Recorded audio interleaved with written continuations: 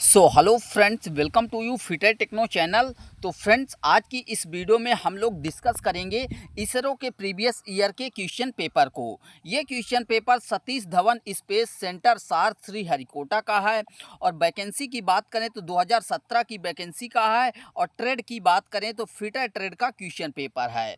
और एग्ज़ाम कब हुआ था? तो ये इसका एग्ज़ाम जो है 29 अप्रैल 2018 को हुआ था, जिसमें 50 क्वेश्चन आपसे पूछे गए थे और इन 50 क्वेश्चन को सॉल्व करने के लिए 90 मिनट का टाइम दिया गया था। और सेट बी यानी बुकलेट सीरीज की बात करें तो यह बी सेट का क्वेश्चन पेपर है। आपके पास कोई भी डिफरेंट हो सकता है, अगर नहीं है तो हमारे व्हाट्सएप ग्रुप को ज्वाइन कर लीजिए, ये पीडीएफ आप लोगों को मिल जाएगा। तो यहाँ पर हम टेक्नीशियन भी फिटर ट्रेड के क्वेश्चन पेपर को जो है सॉल्व करने वाले हैं। अब इतना पुराना क्वेश्चन क्यों सॉल्व कर रहे हैं? उसका रीज़न है कि इसरो जो क्वेश्चन पूछता है, चाहे किसी का हो, एसडीएससी का हो, विक्रम साराभाई का हो, स्पेस एप्लीकेशन सेंटर का हो, कहीं का भी हो, तो प्रीवियस ईयर के क्वेश्चन पेपर से बहुत ज़्यादा क्वेश्चन उठाता है।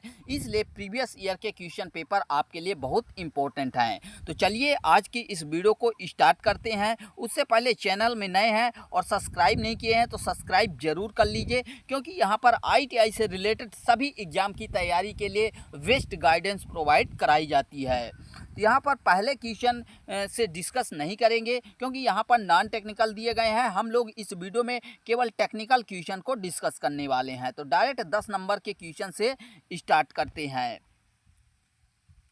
तो यहाँ पर 10 नंबर के क्वेश्चन में क्या बोला गया है उसको देखते हैं। देखिए, इंग्लिश और हिंदी दोनों लैंग्वेज में यहाँ पर आप लोगों को क्वेश्चन मिल जाता है। बोला क्या गया है 10 नंबर के क्वेश्चन में कि सेराडाइजिंग प्रक्रिया में क्या सम्मिलित होता है, यानी सेराडाइजिंग प्रोसेस इन्वॉल्व, क्या क्रोमियम पाउडर इन्वॉल्व होता है, लेड पाउडर, जिंक पाउडर या फिर एल्युमिनियम पाउडर। तो जो सेराडाइजिंग प्रोसेस है उसमें जिंक पाउडर जो है सम्मिलित होता है। सी ऑप्शन आपका राइट आंसर होगा। अगले क्वेश्चन में क्या बोला गया है? The property by which metal can be rolled into sheet, यानी बोला गया कि धातु का वह गुण जिसके कारण उसे शीट के रूप में रोल किया जा सकता है क्या कहलाता है? ऑप्शन मिल जाता है इलास्टिसिटी, मैलिएबिलिटी, डक्टिलिटी या फिर टेनासिटी। तो क्या राइट आंसर हो जाएगा? मैलिएबिलिटी। 11 नंबर का बी ऑप्शन आपका राइट आंसर होगा, मैलिएबिलिटी। मैलिएबिलिटी प्रॉपर्टी के कारण ही हम धातु के मेटल को जो है शीट के रूप में कन्वर्ट कर पाते हैं। तो बी ऑप्शन करेक्ट होगा। वहीं पर अगर बोल दिया जाए कि वायर के रूप में कन्वर्ट किया जा रहा है मेटल को, तो किस प्रॉपर्टी की वजह से? तो वो डक्टिलिटी प्रॉपर्टी की वजह से होता है। ये मेटल का जो है फिजिकल प्रॉपर्टी है, इसके लिए एक अलग से वीडियो ला दूंगा तो वहाँ पर क्लियर हो जाएगा। अगले क्वेश्चन में क्या बोला गया है कि H7 और G6 क्या निर्देशित करता है? क्या प्रेस फिट को इंडिकेट कर रहा है, स्नग फिट को, क्लियरेंस फिट या फिर टाइट फिट? तो देखिए, H6 H कैपिटल में दिया गया है, H7 यानी आपका होल का टॉलरेंस जोन क्या है, इस तरीके से बनेगा जिसमें निचला भाग जो है आपके जीरो लाइन से, यानी कहें कि जो आपकी बेसिक साइज है उससे टच करेगा। वहीं पर G6 क्या कर रहा है? H होता तो यहाँ पर कुछ इस तरीके से बनता, इससे टच करता हुआ, लेकिन H से भी क्या है, यहाँ पर पहले है तो कुछ इस तरीके से आपके शाफ्ट का टॉलरेंस जोन बनेगा। ठीक है, तो जब इस तरीके से बनेगा, क्योंकि यच होता तो यहाँ पर टच करता, लेकिन यच तो है नहीं, यच से पहले ही दे दिया गया है, तो इसलिए कुछ इस तरीके से यहाँ पर आपको क्लियर गैप दिखाई देगा। इसलिए आपका जो फिट प्राप्त होगा वह क्लियरेंस फिट प्राप्त होगा। यहाँ पर सी ऑप्शन आपका राइट आंसर हो जाएगा। क्लियर। अगले क्वेश्चन में देखते हैं क्या बोला गया है कि एक केस सुदृढ़ी प्रक्रिया में स्टील पर अमोनिया गैस लगाई जाती है, यह प्रक्रिया क्या कहलाती है? यानी in case hardening process ammonia gas is introduced on steel, the process is now as, यानी हमारे केस हार्डनिंग की इन प्रोसेस में से किस प्रोसेस में अमोनिया गैस इंट्रोड्यूस की जाती है? तो अमोनिया गैस जो है हमारे नाइट्राइडिंग प्रोसेस में इंट्रोड्यूस की जाती है। बी ऑप्शन यहाँ पर आपका राइट आंसर हो जाएगा। थोड़ा सा बैकग्राउंड में आपको इशू हो सकता है तो इसको मैनेज करिएगा।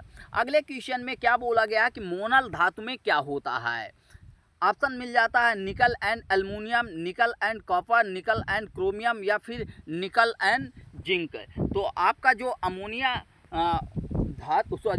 मोनल धातु है तो मोनल धातु में निकल और कॉपर होता है, निकल और कॉपर। बी ऑप्शन आपका राइट आंसर हो जाएगा।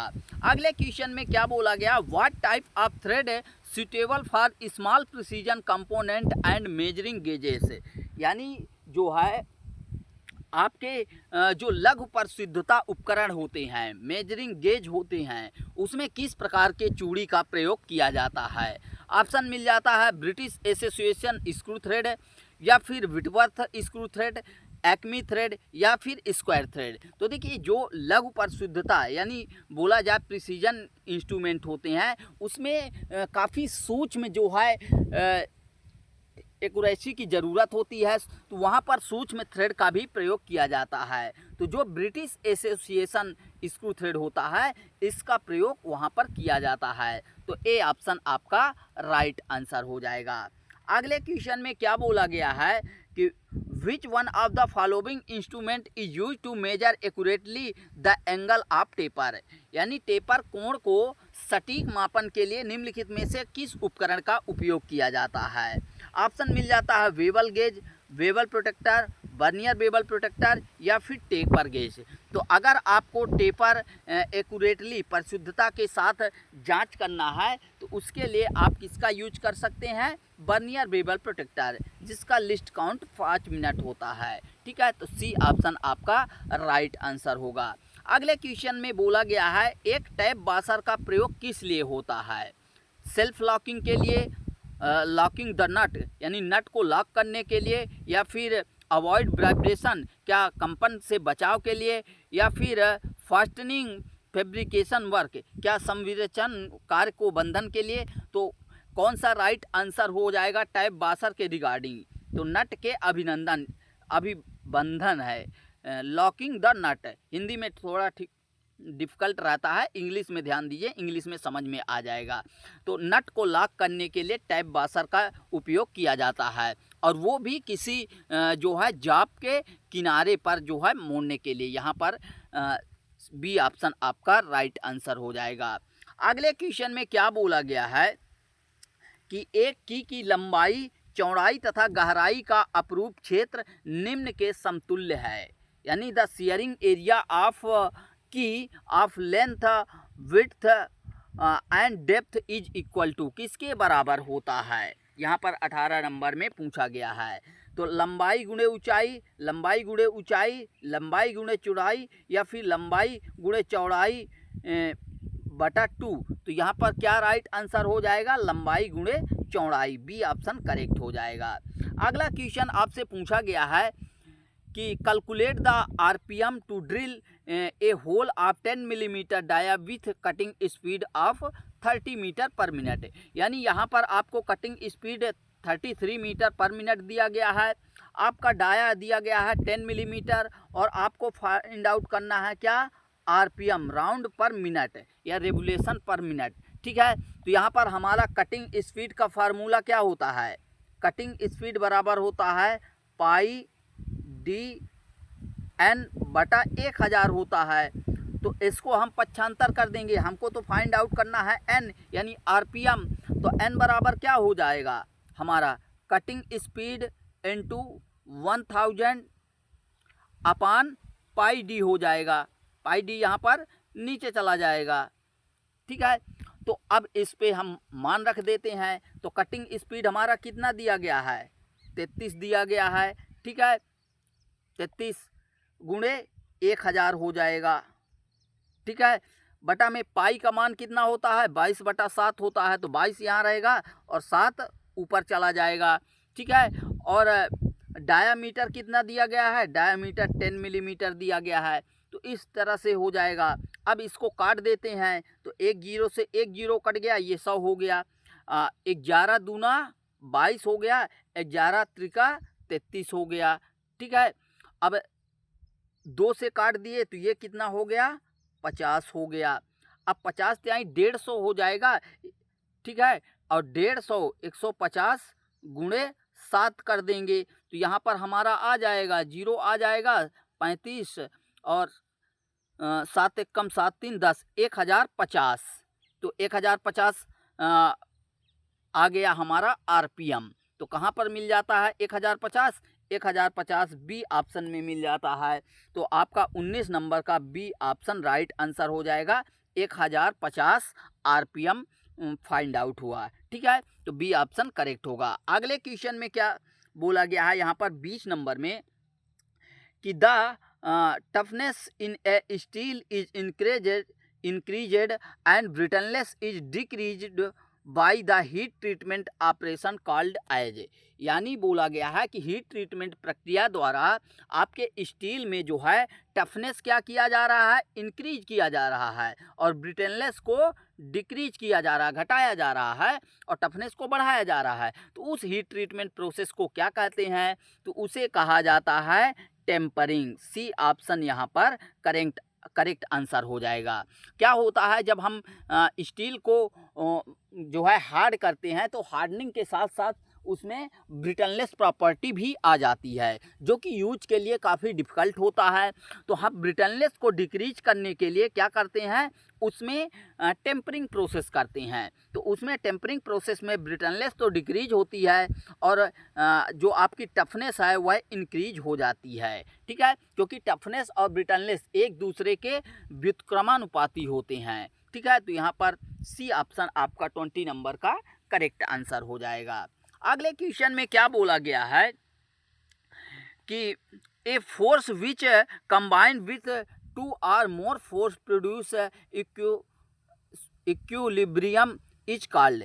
यानी वह बल जो साम्यावस्था को उत्पन्न करने के लिए 2 या अधिक बलों के साथ संयुक्त होता है तो उसे क्या कहते हैं? तो उसे इक्विलिब्रियम कहते हैं। यहाँ पर बी ऑप्शन आपका करेक्ट आंसर हो जाएगा। ये आपके फिजिक्स से पूछ लिया गया है। सपाट पिन मापी का प्रयोग डॉट डॉट छिद्र जांचने के लिए किया जाता है। यानी फ्लश पिन गेज का यूज कहाँ पर किया जाता है? तो फ्लश पिन गेज का यूज हम कहाँ पर करते हैं? डेप्थ को मापने के लिए। यहाँ पर बी ऑप्शन करेक्ट आंसर हो जाएगा। अगले क्वेश्चन में क्या बोला गया है कि निम्नलिखित में से कौन सी प्रक्रिया टूल स्टील की सतह को सख्त करने के लिए प्रयोग की जाती है? यानी which one of the following process is used hardening the surface of tool steel. यहाँ पर ध्यान दीजिएगा, सरफेस बोला गया है, टोटल स्टील को जो है हार्डनिंग की बात नहीं की गई है, केवल जो है सतह को, सरफेस को, उसके बाहरी सरफेस को जो है हार्ड करने के लिए बोला गया है। ऑप्शन मिल जाता है कार्बोराइजिंग, साइनाइडिंग, इंडक्शन हार्डनिंग या फिर हार्डनिंग। तो क्या राइट आंसर हो जाएगा 23 नंबर का? तो यहाँ पर हमारा राइट आंसर होगा इंडक्शन हार्डनिंग। इंडक्शन हार्डनिंग में हम क्या करते हैं कि स्टील की सरफेस को जो है हार्ड करते हैं, जो कि 0.7 मिलीमीटर तक करते हैं। तो यहाँ पर सी ऑप्शन आपका राइट आंसर होगा। अगले बोला गया है the ratio of lateral strain to the linear strain is called. यानी लेटरल स्ट्रेन और लीनियर स्ट्रेन का अनुपात जो होता है वह क्या कहलाता है? तो उसे हम क्या कहते हैं? ऑप्शन मिल जाता है module of elasticity, module of rigidity, bulk module. ये तो होगा नहीं, यानी डी ऑप्शन में दिया गया प्लासो का अनुपात, यानी पॉइसन रेशियो जो है आपका राइट आंसर हो जाएगा। अगला क्वेश्चन बोला गया है tapered roller bearing. Taper roller bearing can take, यानी जो आपका टेपर रोलर बियरिंग है वह कौन से लोड को सहन कर सकता है? ऑप्शन मिल जाता है रेडियल लोड ओनली या फिर एक्सियल लोड ओनली, या सी ऑप्शन में मिल जाता है बोथ रेडियल एंड एक्सियल। तो यही ऑप्शन आपका राइट आंसर हो जाएगा, क्योंकि टेपर रोलर बियरिंग जो है रेडियल लोड और एक्सियल लोड दोनों उठा सकता है, यानी ले सकता है भार को। तो सी ऑप्शन आपका राइट आंसर हो जाएगा। अगले क्वेश्चन में 26 नंबर में क्या बोला गया है कि Izod and Charpy machine are related which test है। तो इम्पैक्ट टेस्ट से ये जो है आइजोड एवं चारपी मशीनें जो है संबंधित हैं। तो यहाँ पर ए ऑप्शन करेक्ट आंसर हो जाएगा। अगले क्वेश्चन में क्या बोला गया है कि यहाँ पर क्षेत्रफल वगैरह है, तो ये मैथ के क्वेश्चन है, तो इनको जो है आप लोग देख सकते हैं, इनकी आंसर की भी पोर्टल पर अवेलेबल है। हम यहाँ पर टेक्निकल क्वेश्चन का जो है केवल डिस्कस करते हैं। तो यहाँ पर 39 नंबर में टेक्निकल क्वेश्चन दिया गया, which is false reading measured from a 0 to 25 millimetre metric micrometer. यानी आपको क्या दिया गया है, 0 से 25 मिलीमीटर वाले रेंज के माइक्रोमीटर को दिया गया है और बोला गया है कि इन ऑप्शन में से कौन सा ऑप्शन जो है इसके द्वारा नहीं मापा जा सकता या गलत मापा जा सकता है।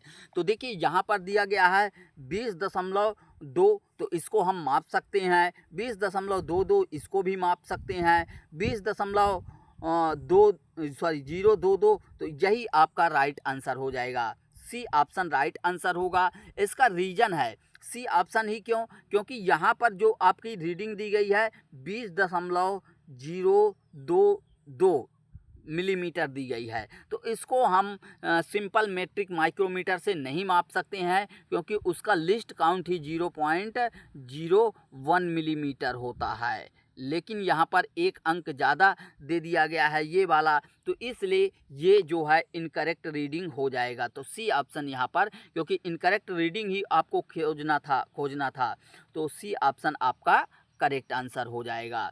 अगले क्वेश्चन में क्या बोला गया है कि यदि कटिंग स्पीड भी मीटर पर मिनट तथा परिक्रमा गति प्रति मिनट n हो, तो किसी जाप का व्यास d मिलीमीटर में ज्ञात करने का सही सूत्र। तो जैसे हमारा सिंपल सा फार्मूला क्या होता है, कटिंग स्पीड बराबर पाई डी एन बटा 1000 होता है, ठीक है। तो जब हमको फाइंड आउट करना है d यानी डायामीटर व्यास ज्ञात करना है, तो डायामीटर बराबर हमारा क्या हो जाएगा, कटिंग स्पीड इंटू 1000 हो जाएगा, 75 करेंगे, और पाई एन, ये हमारा फार्मूला बन जाएगा, जो कि यहाँ पर कहाँ पर कौन से ऑप्शन में मिल जाता है, 1000 इंटू कटिंग स्पीड अपान पाई एन, यहाँ पर फर्स्ट ऑप्शन में ही मिल जाता है। तो यही ऑप्शन आपका राइट आंसर हो जाएगा। अगले क्वेश्चन में क्या बोला गया है कि साइन बार के साथ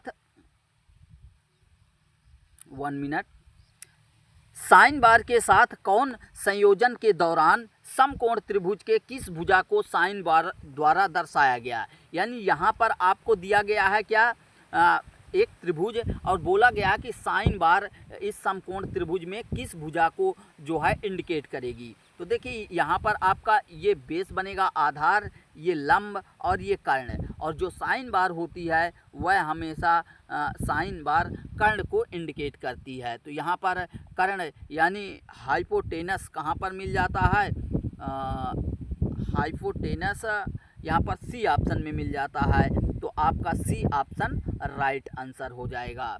अगले क्वेश्चन में क्या बोला गया है कि पिटवा लोहा से चैन हुक बनाने के लिए निम्न में से किस गुणों के समूह की आवश्यकता होती है। यानी which one of the following group of property enable the manufacture of chain hooks from wrought iron.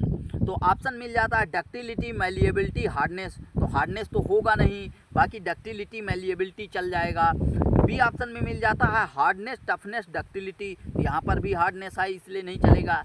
Malleability, ductility and toughness, हाँ ये ऑप्शन सी ऑप्शन आपका करेक्ट हो जाएगा कि जो चैन हुक्स होते हैं उनमें मैलिएबिलिटी प्रॉपर्टी, डक्टिलिटी प्रॉपर्टी और टफनेस, ये तीनों जो है रहेंगे तो चल जाएगा। बाकी यहाँ पर हार्डनेस यहाँ पर भी है, इसलिए ये भी इनकरेक्ट हो जाएगा, ब्रिटनलेस भी है, ठीक है। तो ये जो है कहा जाए तो कौन सा गुण समूह काम करेगा, तो सी ऑप्शन वाला। नेक्स्ट क्वेश्चन है, क्या बोला गया है कि बेयरिंग संख्या 6205 का आंतरिक व्यास कितना है। तो इसके लिए एक टेबल होता है, उस टेबल में यदि आप देखेंगे तो 43 का आपको 25 मिलीमीटर यानी 6205 का इंटरनल व्यास डायामीटर जो है आपका 25 मिलीमीटर निकल के आएगा।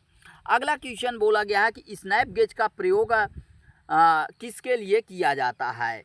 टू चेक द थ्रेड, क्या थ्रेड की जांच करने के लिए, या फिर शाफ्ट और बोर की जांच करने के लिए, या फिर जा को समायोजित करने के लिए, या टू पॉलिश बोर्ड होल यानी छिद्र को पॉलिश करने के लिए। तो क्या राइट आंसर हो जाएगा? शाफ्ट और बोर की जांच करने के लिए। बी ऑप्शन यहाँ पर स्नैप गेज के रिगार्डिंग जो है करेक्ट आंसर हो जाएगा 44 का। अगले क्वेश्चन में क्या बोला गया है कि the property of metal to observe energy and plastically deform without fracturing is called, यानी किसी धातु के ऊर्जा अवशोषण करने का गुण और बिना विभंग हुए सुघट्ट विरूपण में बदलने को कहते हैं। क्या उसे स्ट्रेंथ, हार्डनेस, टफनेस या फिर टेनासिटी? तो क्या राइट आंसर हो जाएगा यहाँ पर 45 का? तो सी ऑप्शन आपका राइट आंसर निकल के आएगा, टफनेस, क्योंकि यहाँ पर बोला गया सुघट्ट विरूपण में बदलने को क्या कहते हैं? तो वो बिना टूटे बदल जाए तो वो टफनेस कहलाता है। सी ऑप्शन राइट आंसर हो जाएगा।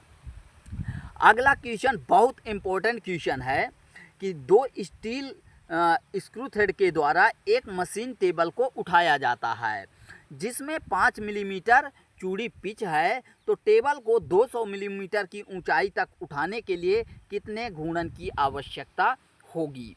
तो देखिए यहाँ पर दो स्टील स्क्रू थ्रेड के द्वारा, यहाँ पर दो स्टील बोला गया है, इंग्लिश में देखेंगे तो समझ में आ जाएगा। बोला क्या गया है? A machine table is lifted by means of double start screw thread. यहाँ पर दो स्टील स्क्रू थ्रेड का वही है कि डबल स्टार्ट स्क्रू थ्रेड है, यानी दो मुंह वाली चूड़ी कटी हुई है, which had a pitch of 5 millimetre. ठीक है, pitch of 5 millimetre. How many revolution are needed to lift the table to a height of 200 millimetre, यानी आपको दिया गया है कि आपके जो स्टार्ट है थ्रेड का नंबर ऑफ स्टार्ट है वह कितना दिया गया है? 2। पिच कितना दिया गया है? पिच आपका दिया गया है यहाँ पर 5 मिलीमीटर। ठीक है, और आपको हाइट कितना दिया गया है? जितना उठाना है, तो हाइट आपको दिया गया है यहाँ पर 200 मिलीमीटर। तो इसका ज्ञात करने के लिए हमको क्या चाहिए? लीड चाहिए। लीड तो ज़रूरी है, तो लीड बराबर फार्मूला होता है number of start into pitch. तो नंबर ऑफ स्टार्ट हमारा 2 है, यानी 2 मुंह वाली चूड़ी है, और पिच दिया गया है 5 मिलीमीटर, तो गुणा कर देंगे तो आपका राइट आंसर क्या निकल के आएगा? 10 मिलीमीटर, यानी लीड आपका 10 मिलीमीटर है। तो इस 200 में आप 10 मिलीमीटर को डिवाइड कर देंगे, 10 मिलीमीटर को डिवाइड कर देंगे तो क्या हो जाएगा? 20 आपका राइट आंसर निकल के आएगा, जो कि ए ऑप्शन में मिल जाता है। 20 रेवोल्यूशन मतलब 20 चक्कर घुमाना पड़ेगा 200 मिलीमीटर ऊपर उठाने के लिए। क्लियर? अगले क्वेश्चन में क्या बोला गया है कि all metric taper pin have a taper ratio of, तो मैट्रिक टेपर पिनों का जो रेशियो होता है वह 50 में 1 होता है। बी ऑप्शन आपका राइट आंसर हो जाएगा। अगले क्वेश्चन में बोला गया the efficiency of power transmission is maximum in case of, है यानी किसमें शक्ति संचरण की दक्षता सबसे अधिक है। वेरी मोस्ट इम्पोर्टेंट क्वेश्चन है, नोट कर लीजिए, ध्यान में रख लीजिए कि किसमें शक्ति पावर ट्रांसमिशन का सबसे ज़्यादा दक्षता होती है। ऑप्शन मिल जाता है rope drive, flat belt drive, V belt drive या फिर चैन ड्राइव। तो देखिए यहाँ पर पावर लॉस के हिसाब से देखा जाए तो आपका चैन ड्राइव करेक्ट होगा, क्योंकि चैन ड्राइव में पावर लॉस जो है आपका ना के बराबर होता है, लेकिन जो भारी पावर ट्रांसमिशन करते हैं वह रोप ड्राइव करते हैं। तो यहाँ पर आपके पावर लॉस को तो नहीं बोला गया है, इसलिए आपका जो राइट आंसर हो जाएगा वह ए ऑप्शन होगा, रोप ड्राइव। रोप ड्राइव में हम अधिक एफिशिएंसी के साथ जो है पावर ट्रांसमिशन कर सकते हैं, अधिक क्षमता के साथ। लेकिन अगर यहीं पर दक्षता की बात की जाए, संचरण की एफिशिएंसी जो है दक्षता किस में होती है, तो रोप ड्राइव में। लेकिन पावर लॉस सबसे कम पावर लॉस के साथ बात की जाए तो वहाँ पर श्रृंखला परिचालन यानी चैन ड्राइव राइट आंसर होगा। तो ऑप्शन के अकॉर्डिंग आपका चैन ड्राइव ही राइट आंसर होगा, क्योंकि efficiency of power transmission is maximum in case of, sorry यहाँ पर दक्षता की बात की गई है, लेकिन यहाँ पर जो है आपका पावर लॉस की बात नहीं की गई है, केवल क्षमता की बात की गई है। इसलिए राइट आंसर आपका ए ऑप्शन होगा। रोप ड्राइव में सबसे ज़्यादा क्षमता होती है पावर ट्रांसमिशन के लिए। आपने इसका एग्जांपल यदि जो कोल माइंस में ड्यूटी किए हों तो वो जानते हैं, क्योंकि वहाँ पर रोप ड्राइव के माध्यम से कार्य किया जाता है और बहुत हैवी लोड लिया जाता है। यहाँ तक कि 200 कुंटल का भार एक पतले से रस्से पर जो है दे दिया जाता है। वो प्रॉपर 2-2 महीने, 4-4 महीने, 6-6 महीने कोई उसमें डैमेज नहीं आता है। कभी टूटता फूटता है यानी ब्रेक डाउन होता है तो 2-4 महीने में होता है, तो वो काफ़ी जो है एफिशिएंसी के साथ वर्क करता है। लेकिन पावर लॉस इसमें स्लिपेज होने के चांस रहते हैं, लेकिन चैन ड्राइव में स्लिपेज होने के चांसेस नहीं रहते हैं। क्लियर। अगले क्वेश्चन में क्या बोला गया है कि यहाँ पर device used for holding and guiding the tool in drilling, reaming and or tapping operation, यानी आपको टैपिंग ऑपरेशन करना है, रीमिंग करना है, ड्रिलिंग करना है, तो उसके लिए आपके जो है डिवाइस को होल्ड भी करे और टूल को गाइड भी करे, तो उसके लिए आप किसका यूज करेंगे। तो अगर यहाँ पर गाइड के लिए बात कर दिया गया है तो ऑलरेडी आप जिग की ओर जा सकते हैं, तो जिग आपका करेक्ट आंसर हो जाएगा। नेक्स्ट एंड आज के वीडियो का लास्ट क्वेश्चन क्या बोल रहा है कि generally bearing bushes are made of, यानी जो बियरिंग बुश होते हैं वह किस मटेरियल से सामान्यतः बनाए जाते हैं। ऑप्शन मिल जाता है copper, brass, white metal, gun metal. तो सामान्यतः जो है गन मेटल के बनाए जाते हैं। यहाँ पर 50 का आपका डी ऑप्शन जो है राइट आंसर हो जाएगा। गन मेटल से जो है सामान्यतः बियरिंग बनाए जाते हैं। तो दोस्तों हम लोगों ने यहाँ पर मोस्टली जो है आप लोगों के टेक्निकल क्वेश्चन डिस्कस किए, जो कि आपके इसरो के विक्रम साराभाई बीएसएससी का क्वेश्चन पेपर है। और अगला वीडियो भी आपको विक्रम साराभाई स्पेस सेंटर का ही मिलेगा, जो कि 2021 या 22 में एग्ज़ाम हुआ था उसका, ठीक है। तो उसको डिस्कस करेंगे, फिर उसके बाद 2024 वाले को डिस्कस करेंगे। और ये इतना 3 जो है आपके बीएसएससी के क्वेश्चन पेपर हैं। उसके बाद आप लोगों का जो है बीएसएससी के अलावा जो टर्नर ट्रेड के हैं, मशीनिस्ट ट्रेड के हैं, उनको भी डिस्कस करेंगे। तो कल वो आपको वीडियो मिलेगा। इस वीडियो से इन्फॉर्मेशन मिली है, अच्छा लगा है, नॉलेज आपको मिली है, तो वीडियो को एक लाइक ज़रूर करें। और चैनल को सब्सक्राइब नहीं किए हैं तो सब्सक्राइब ज़रूर कर लीजिए, क्योंकि यहाँ पर ITI से रिलेटेड सभी भर्ती की तैयारी के लिए बेस्ट गाइडेंस और तैयारी आपको प्रोवाइड कराई जाती है। तो मिलते हैं नेक्स्ट वीडियो में।